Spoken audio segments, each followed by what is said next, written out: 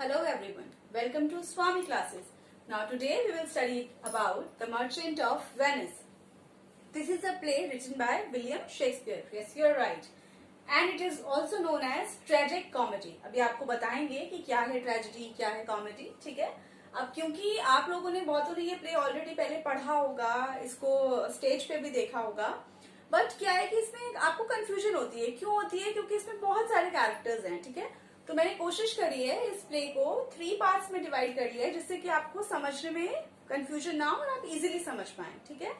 सबसे पहले हमें ये पता होना चाहिए कि मर्चेंट क्या होता है और ये वेनिस किस चिड़िया का नाम है। ओके, मर्चेंट क्या होता है? Merchant you must be knowing it. Businessman आपको पता है, लेकिन थोड़ा सा डिफरेंस होता है बिजनेसमैन में मर्चेंट में। वो क्या डिफरेंस होता है?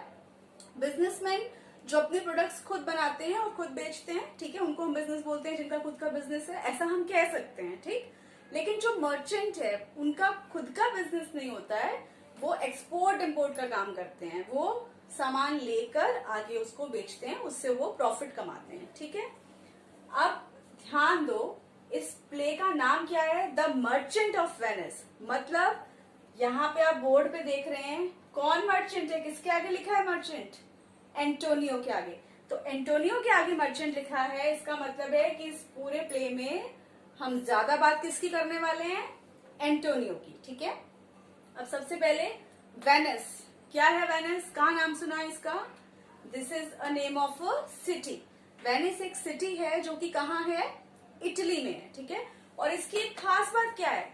इस सिटी में रोड्स नहीं है। Oh yes, it has no roads. क्या है? सिर्फ कैनाल्स हैं। ये पूरी सिटी जो है वो नंबर ऑफ आइलैंड्स पे बनी हुई है, ठीक है। पानी पानी, एक जगह से दूसरी जगह जाने के लिए बोट्स का यूज करना पड़ता है।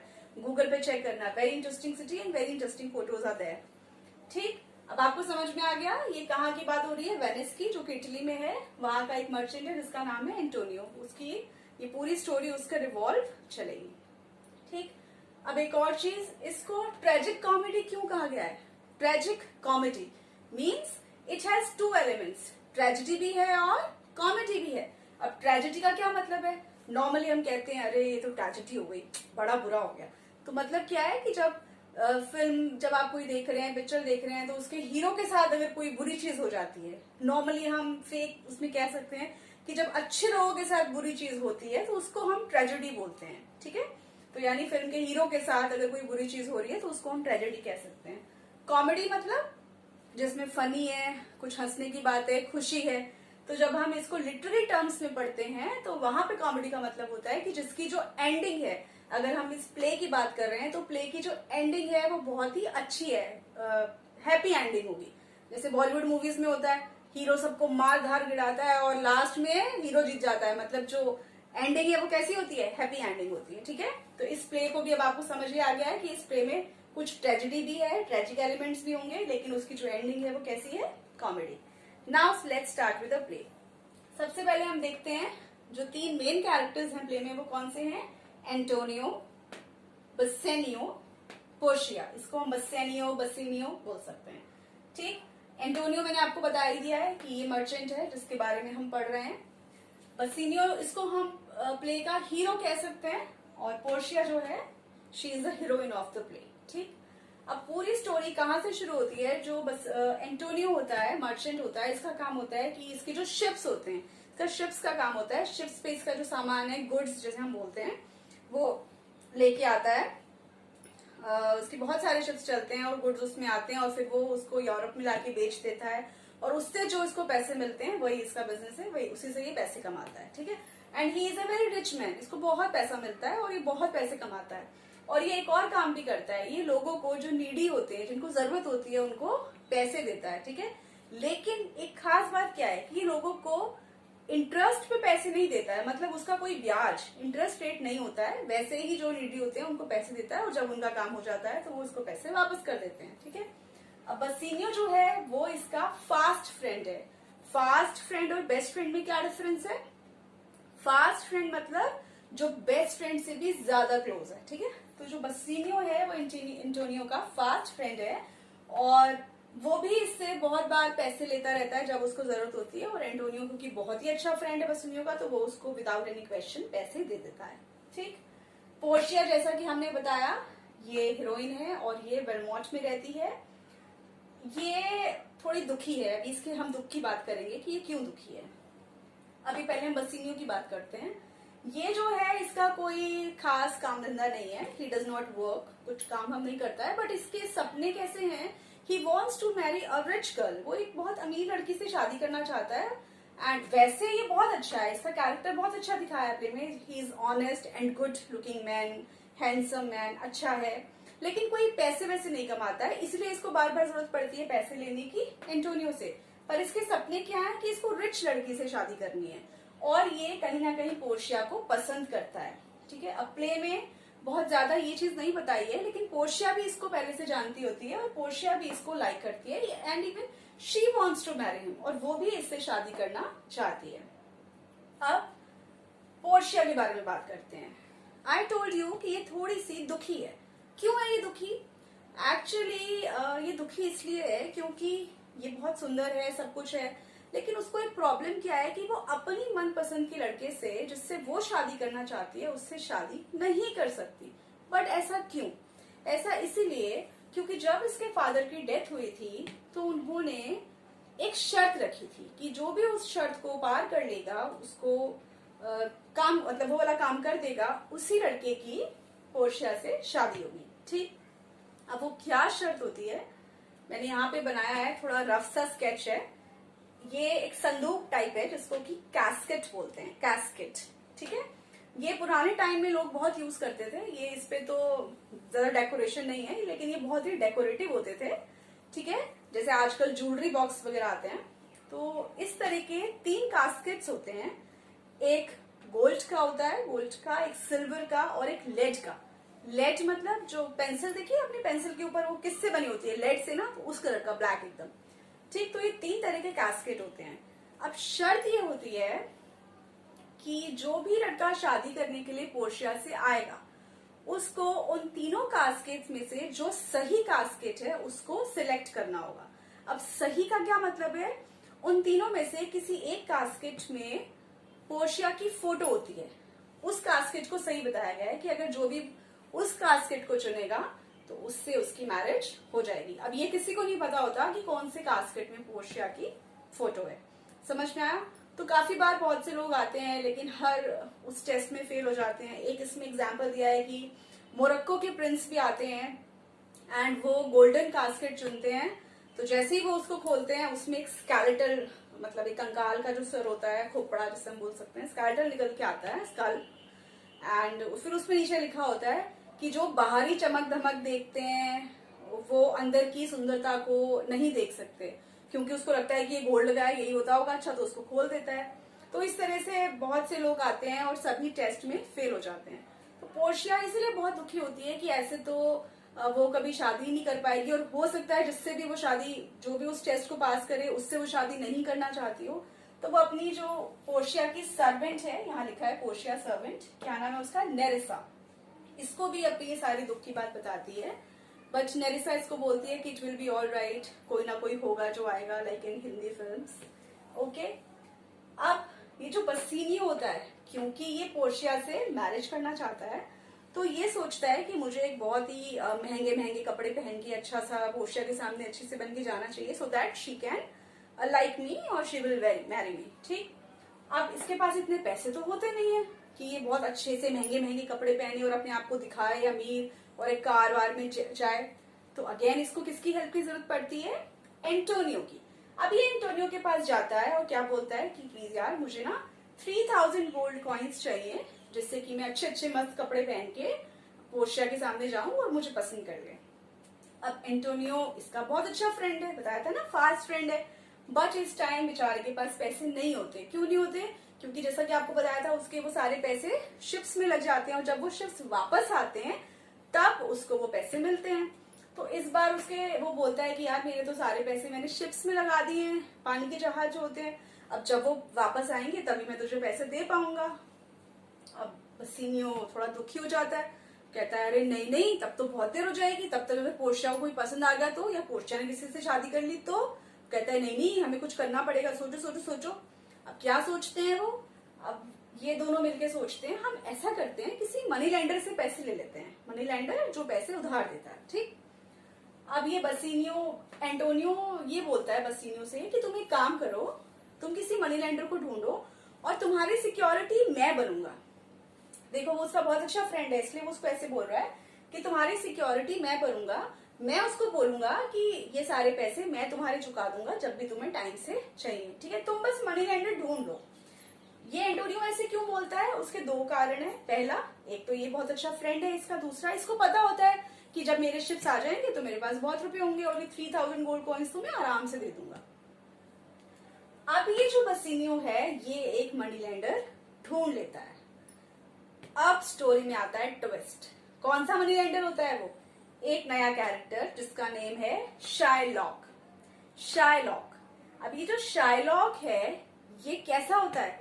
बहुत ही क्रूअल। क्रूअल मीन्स जो बहुत क्रूर है, अच्छे नहीं है, जिनमें दया भाव नहीं होती, ठीक। ये लोगों को पैसे देता है और बहुत हाई रेट ऑफ इंटरेस्ट पे देता है, बहुत ब्याज उनसे लेता है, और जिससे कि इसके पास बहुत पैसा होता है और ये लोगों से दुगुना तिगुना ब्याज उस पैसे का लेता है, ठीक। अब बसीनियो शायलॉक को ढूंढ लेता है और शायलॉक के पास अपने फ्रेंड एंटोनियो को लेके जाता है और कहता है कि ये मेरा फ्रेंड है एंटोनियो, मैं तुम्हारे पैसे टाइम पे दे पाऊं या नहीं दे पाऊं, लेकिन ये तुम्हारे पैसे टाइम पे दे पाएगा। अब क्या होता है, एंटोनियो और शायलॉक ऑलरेडी एक दूसरे को पहले से जानते होते हैं, और एक दूसरे को जानते ही नहीं होते, एक दूसरे से नफरत भी करते हैं। क्यों करते हैं? क्योंकि इन दोनों का काम सेम है। वो भी तो पैसे दे रहा है, मनी लैंड कर रहा है, और मैंने आपको क्या बताया था, उसको वो भी पैसे देता है जिसको जरूरत होती है, लेकिन ये क्रूअल है, सबसे बहुत ज्यादा इंटरेस्ट लेता है उसका, एंड ये इंटरेस्ट नहीं लेता है। तो इन दोनों की आपस में बिल्कुल नहीं बनती, बल्कि एक दूसरे को पहले बहुत बार बुरा भला भी बोल चुके होते हैं, क्योंकि शायलॉक जो ये सोचता है कि ये लोगों को ऐसे ही पैसे दे देता है तो फिर लोग मेरे पास क्यों आएंगे। जैसे कि एग्जाम्पल, आपको अगर लोन लेना होगा तो आप उसी बैंक में तो जाओगे जो बैंक आपको सस्ते में लोन दे रहा है, जिसका रेट ऑफ इंटरेस्ट भी कम है, या उसके पास जाओगे जो महंगे में दे रहा है। अगर आपको 100 रुपीज चाहिए होंगे और मैं बोलूंगी चलो 100 रुपीज मैं देती हूँ, जब तुम मुझे वापस करो तो 120 रुपए वापस करना, और एक और मैडम है वो बोलती है अरे मैं भी तुम्हें 100 रुपीज देती हूँ, लेकिन जब तुम मुझे 100 रुपीज वापस करोगे तो मैं तो बस 110 रुपए लूंगी तुमसे, तो तुम किससे लोगे भाई? उसी के पास जो 1 टाइम मांग रही है। तो यहाँ पे भी वही होता है, तो दोनों के आपस में नहीं बनती। अब एक तो नाम याद रखना, शायलॉक, जो शातिर है, बहुत तिगड़म लगाता है, ठीक। अब ये शायलॉक अपनी शातिरगिरी कैसे दिखाता है? ये हाँ तो कर देता है, ये कहता है बसीनियो से कि ठीक है मैं तुम्हें 3000 गोल्ड कॉइन्स देने के लिए रेडी हूं, लेकिन मेरी एक शर्त है, अगर जो डेट मैं बता रहा हूं उस डेट में तुम मेरे पैसे नहीं दे पाए। किसको बोल रहा है अभी ये?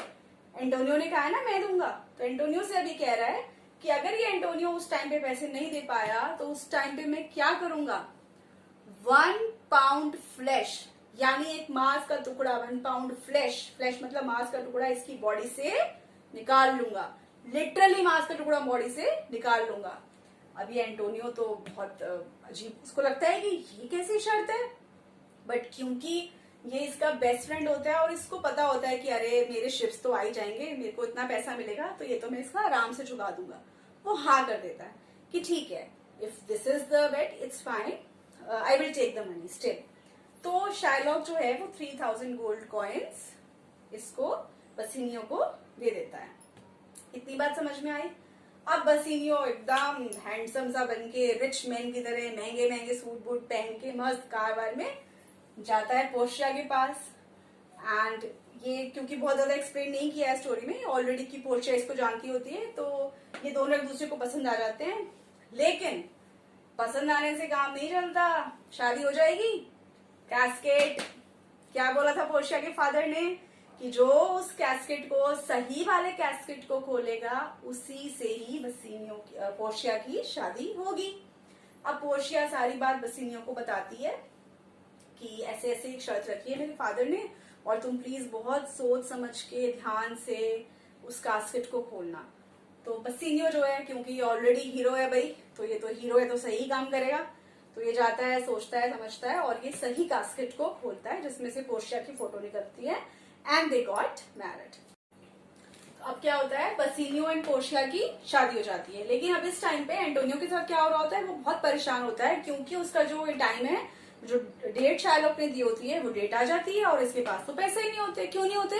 क्योंकि इसके जो शिप्स हैं वो अभी तक वापस ही नहीं आए होते और किसी ने रूमर मतलब कोई फेक न्यूज उड़ा दी होती है कि अरे वहां तो तूफान आ गया है और जो सारे शिप्स हैं वो डूब गए हैं। अब इसको बड़ा दुख होता है कि अरे मेरे पास पैसे कहाँ से आएंगे। और उसकी शर्त याद है शातिर की, क्या कहा था उसने कि जो डेट मैं बता रहा हूँ, अगर उस डेट पे मुझे पैसे नहीं मिले तो मैं क्या करूंगा, एंटोनियो की बॉडी से 1 पाउंड ऑफ फ्लैश, एक मांस का टुकड़ा निकाल लूंगा। अब ये परेशान होता है। अब ये सारी बातें बसिनियो को भी पता चलती हैं। बसिनियो ये सारी बातें पोर्शिया को बताता है कि ये मेरा बहुत अच्छा फ्रेंड है और उसके साथ ऐसा ऐसा हो रहा है कि अब मैं क्या करूं। अब पोर्शिया तो क्योंकि बहुत रिच होती है ना, प्रिंसेस होती है, बहुत रिच होती है, तो उसके पास बहुत पैसे होते हैं, तो ये बोलती है अरे नहीं नहीं तुम परेशान क्यों हो रहे हो, मैं हूं ना, एंड 3000 गोल्ड कॉइन्स क्या, मैं तो तुम्हें इससे डबल पैसे दे देती हूँ, तुम जाओ अपने फ्रेंड के पास, उसकी हेल्प करो। ठीक। अब एक चीज जो मैंने आपको नहीं बताई, शाइलॉक जो है ये जूइश होता है, ठीक है, ये जो है क्रिश्चियन है। अभी आगे इसका कॉन्टेक्स्ट आएगा कि क्यों ये बताना जरूरी है। अब जैसे ही बसिनियो एंटोनियो के पास पैसे लेके जाता है, तो अब ये दोनों पैसे लेके शाइलॉक के पास पहुंचते हैं। अब शाइलॉक मना कर देता है, कहता है नहीं मुझे कोई डबल ट्रिपल पैसे नहीं चाहिए, मैंने तो साफ कहा था जिस डेट पे मुझे पैसे नहीं मिले तो उसके बाद जो मेरी शर्त होगी, इसने एक डॉक्यूमेंट बना रखा होता है लीगल, और उस पर उसने लिखा होता है कि जो भी मेरी शर्त है वो नेक्स्ट पार्टी जो है यानी ओपोनेंट जो है उसको फॉलो करनी ही पड़ेगी। अब एंटोनियो बड़ा दुखी होता है। तो अब क्या होता है, ये मामला बिगड़ जाता है, बड़ा हो जाता है, तो अब इनको कोर्ट में जाना पड़ता है। अब कोर्ट में जब ये जाते हैं तो वहां पे ध्यान दो, कोर्ट में क्या होता है, कोर्ट सीन में एंटोनियो और शाइलॉक ये आमने सामने होते हैं, ठीक है, बसिनियो भी वहां पे होता है। पोर्शिया को पता लगता है जब ये सब कि शाइलॉक ने मना कर दिया है पैसे लेने से और उसने तो बोला है कि मैं तो 1 पाउंड ऑफ फ्लैश लूंगा, तो पोर्शिया ये डिसाइड करती है कि मैं खुद जाऊंगी कोर्ट, क्या बनके, डिस्गाइज। डिस्गाइज होता है जब आपका जो रियल सेल्फ है उसको आप चेंज कर लेते हो। तो उस टाइम पे, क्योंकि ये 16th सेंचुरी का प्ले है, उस टाइम पे फीमेल्स को कोर्ट में जाने की इजाजत नहीं थी, तो जो पोर्शिया है वो अपने आप को मेल के रूप में डिस्गाइज करके कोट वोट पहन के दाढ़ी मूछे लगा के कोर्ट में जाती है और क्या बोलती है कि ये केस अब मैं लड़ूंगी एज ए एडवोकेट। ठीक। अब इस केस को लड़ने से पहले मतलब आपको बताने से पहले एक चीज मैं आपको बताती हूँ। इतना आपको समझ में आ गया, अभी हम कोर्ट सीन को डिस्कस करेंगे। कोर्ट सीन को डिस्कस करने से पहले मैं शाइलॉक के बारे में और बताती हूँ। शाइलॉक जो है वो दुखी भी है। अब वो क्यों दुखी है, इसको हम प्ले का विलेन भी कह सकते हैं। लिखा है ना विलेन, विलेन मतलब जो मारता फिरता है, क्रूर होता है। ये दुखी इसलिए है क्योंकि जो इसकी बेटी है जेसिका, जेसिका कौन है, शाइलॉक की डॉटर, ये भाग गई है। क्यों भाग गई है, ये इसलिए भाग गई है क्योंकि ये अपने फादर से दुखी थी। इसको ये लगता था कि जो मेरे फादर है ये लोगों को इतना परेशान करते हैं, इनको कोई पसंद नहीं करता, और ये भी उनसे बहुत दुखी थी। तो ये भागने का मतलब है ये उस घर से चले जाना चाहती थी। तो ये प्यार करती थी किससे, लोरेंजो से, जो किसका लवर था, ये उसके साथ भाग जाती है। ठीक है। और क्या करती है, खाली भाग भी जाती है, अब इसको भाई रहने के लिए पैसे भी तो चाहिए, तो ये घर से थोड़े से रुपए पैसे लेके भाग जाती है। शाइलॉक इसलिए दुखी होता है, उसको बेटी के जाने का दुख नहीं होता, उसको ज्यादा दुख किस लिए होता है कि भाग तो वही मेरे पैसे और लेगी, इसलिए वो और ज्यादा इरिटेट होता है। ठीक है, ये स्टोरी इतनी समझ में आई। अब आते हैं फिर से कोर्ट सीन पे। अब कोर्ट में क्या होता है, शाइलॉक अपनी बेटी और पैसों की वजह से भी दुखी होता है, और यहाँ पे जो इसको एंटोनियो से भी बदला लेना होता है, अपनी भड़ास निकालनी होती है। ठीक है। अब क्या होता है, पोर्शिया जब वकील बनकर कोर्ट में आती है, एडवोकेट बनकर कोर्ट में आती है, तो सबसे पहले ये क्या बोलती है, उस टाइम पे वहां पे लॉ था वेनिस में कि कोई भी जूइश किसी क्रिश्चियन का ब्लड नहीं भा सकता, ये लीगल लॉ था। तो वो क्या बोलती है, वो ये कहती है शाइलॉक से, मतलब हम कह सकते हैं बोलता है, वकील है ना, वो ये बोलता है वकील जो है शाइलॉक से कि ठीक है, अगर तुम्हें एंटोनियो का पाउंड ऑफ फ्लैश लेना है तो तुम ले लो, लेकिन ब्लड का एक ड्रॉप भी नीचे नहीं गिरना चाहिए। अब तुम खुद सोचो, इज इट पॉसिबल, किसी के शरीर से तुम मांस का टुकड़ा खींचोगे, उसको काटोगे तो खून तो बहुत बहेगा। वो क्या कहती है पोर्शिया कि अगर ब्लड का एक भी ड्रॉप नीचे गया, इसका मतलब तुम खुद क्रिमिनल हो, तुम हमारे लॉ के अगेंस्ट काम करोगे। और लॉ क्या था कि कोई भी जूइश किसी क्रिश्चियन का ब्लड शेड नहीं कर सकता। समझ में आया? तो अब वहां पे जितने लोग होते हैं, जजेस भी होते हैं, पैनल होता है, बाकी जो लोग बैठे होते हैं, वो लोग सोचते हैं कि अरे हाँ, ये वकील तो बिल्कुल सही बोल रहा है, बिल्कुल सही बात, ये तो नहीं हो सकता ऐसा। तो अब इसीलिए सबको ही पॉइंट नोट करना पड़ता है। अब शायलोक भी सोचता है कि अरे हाँ यार, ये तो मेरे डॉक्यूमेंट्स में ही गड़बड़ निकल गई, अब मैं क्या करूं। अब शायलोक कहता है कि ठीक है, मुझे तो तुम डबल पैसे जो दे रहे थे वो दे दो, क्योंकि उसको क्या समझ में आता है कि अब मुसीबत में एंटोनियो नहीं है, अब तो मुसीबत में मैं फंस गया, कहानी उल्टी हो गई। तो शायलोक कहता है ठीक है, तुम तो मुझे जो डबल रुपए दे रहे थे वो दे दो और मैं यहाँ से जा रहा हूँ। अब लेकिन जो पोर्शिया जो वकील के रूप में होती है, अब वो क्या कहती है कि नहीं, अब तो तुम्हें फ्लैश ही काटना पड़ेगा भाई, तुमने यही लिखा है अपने डॉक्यूमेंट्स में, अब तो तुम करो और ब्लड का एक भी ड्रॉप नीचे नहीं आना चाहिए। अब शायलोक बड़ा डिस्टर्ब हो जाता है, सोचता है अरे बाप रे, अब मैं क्या करूं। लेकिन एंटोनियो, क्योंकि जैसा कि आपको शुरू से ही बताया था कि ये बहुत काइंड हार्टेड और अच्छा होता है, तो ये बोलता है कि ठीक है, मैं इस चीज को माफ कर देता हूं, लेकिन तुम्हें मेरी 2 शर्त माननी पड़ेगी। शायलोक पूछता है कि भाई क्या शर्त है तुम्हारी। एंटोनियो कहता है पहली शर्त, तुम्हें जूइश से क्रिश्चियन बनना पड़ेगा, एंड दूसरी शर्त, तुम्हें अपना आधा पैसा अपने मरने के बाद अपनी बेटी के नाम करना होगा और आधा पैसा अभी गवर्नमेंट को, वेनिस की जो गवर्नमेंट है वहां पे देना होगा। अब शायलोक, उसके पास कोई चारा तो होता ही नहीं है, तो उसको वो दोनों शर्तें माननी पड़ती हैं। ठीक, अब कोर्ट सीन की तो हैप्पी एंडिंग हो गई, और इतने में गुड न्यूज क्या होती है, एंटोनियो के जो शिप्स हैं वो भी आ जाते हैं उस तूफान में। तूफान आया होता है लेकिन 1-2 शिप्स ही डूबे होते हैं, बाकी सारे शिप्स उसके पास आ जाते हैं। अब उसके पास पैसा भी हो जाता है, वो अपना नया बिजनेस शुरू कर लेता है। यहां तक हैप्पी एंडिंग समझ में आ रही है। बसिनियो और पोर्शिया की हैप्पीली मैरिज हो गई, दे आर हैप्पी, एंटोनियो भी खुश है, उसके पास पैसा आ गया, सब कुछ हो गया। शायलोक भी खुश तो नहीं है, ये ऑलरेडी विलन था, लेकिन एटलीस्ट ही इज अलाइव, वो जिंदा है, और कोई बात नहीं, अगर उसको पैसे देने भी पड़े तो अपनी बेटी को ही तो देगा बाद में। एंड उसको क्रिश्चियन बनना पड़ा। ठीक, ये जो है इसका बहुत ज्यादा रेफरेंस नहीं आता, या आपके जो एग्जाम्स होंगे उसमें भी इस तरह के क्वेश्चंस नहीं आते, चाहे आप बोर्ड एग्जाम्स के लिए प्रिपेयर कर रहे हो या आप कंपेटिटिव एग्जाम्स के लिए कर रहे हो। स्टिल पोर्शिया की जो सर्वेंट थी नेरेसा, जिससे वो अपनी दिल की सारी बातें बता रही थी, उसको ग्रेंशियो से प्यार हो जाता है, तो इन दोनों की भी हैप्पीली मैरिज हो जाती है। ग्रेंशियो हम आपको बता देते हैं कौन है, शायलॉक का नौकर होता है ग्रेंशियो। ठीक है, समझ में आया? तो यहाँ तक इस प्ले की हैप्पी एंडिंग हो जाती है। इन दोनों, जेसिका एंड लोरेंजो की मैरिज हो जाती है, they are happy. Nerissa and Gratiano की मैरिज हो जाती है, now they are happy. Bassanio and Portia, they are happy, Antonio is happy too. बस जो शायलॉक है, जो शातिर बुद्धि का होता है, विलेन होता है, वो थोड़ा सा दुखी होता है।